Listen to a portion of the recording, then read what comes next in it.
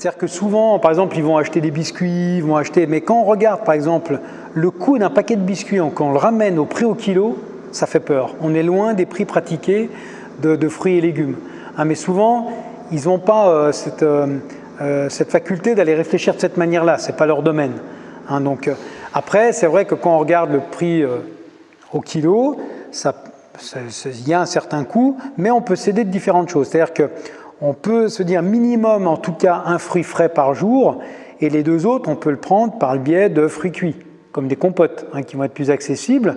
Ou après, sur par exemple les légumes, on peut utiliser par exemple du surgelé, qui a un coût vraiment qui est divisé par X. Donc le surgelé, là, c'est plus facile, et le surgelé ne dénature pas la valeur nutritionnelle. Ce qu'on peut trouver comme nuance sur le surgelé, c'est on y perd un peu en couleur de l'aliment, ça dénature un peu.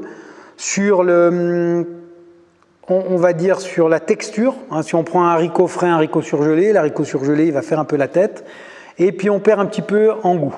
Par contre, sur le plan nutritionnel, c'est parfait. Donc on peut même avoir des produits frais qui sont moins riches au niveau nutritionnel parce qu'ils n'ont pas traîné, mais on va dire c'est les filières de production, dès lors où c'est cueilli, nettoyé, calibré, ça part sur les centrales d'achat, etc. Et donc là, il y a déjà une baisse, on va dire, de la concentration en micronutriments. Ou sinon, il faut avoir le jardin. Et à ce moment-là, le jardin, c'est plus frais que ça, il n'y a pas. Voilà. Donc il y a un peu de surgelé, on peut mettre un peu de conserve, ce n'est pas délétère. Ça ne veut pas dire qu'on va manger des conserves matin, midi, soir. Donc il y a déjà ces solutions-là. Ou après, c'est de se diriger vers des fermes.